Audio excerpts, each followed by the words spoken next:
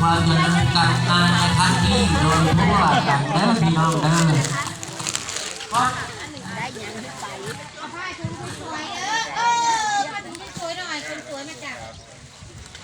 อ้าวได้พัดถุงเหรอ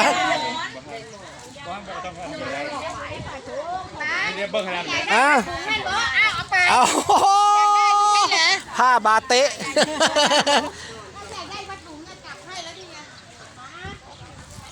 ของจับฉลากเซียมซี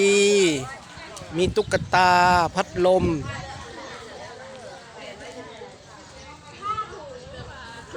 ฉลองวัดดอนเชียงคูนนี่เต้นเซียมซีพี่น้องเอ้ยพูดนะพัดลมมีจักรยานโอ้มีแต่แนวเป็นตะจกบ่มีแล้วเบิดยุคขนมฮ้อนแหละเนาะตะเก่ามาขนมฮ้อนเดี๋ยวนี้โอ้ยใครแน่จักน้อยเดี๋ยวนี้คือ20 บาทก็พอลงทุนไปของที่เขามาบริจาคเห็นไหมเนี่ยคักมันพอเสี่ยง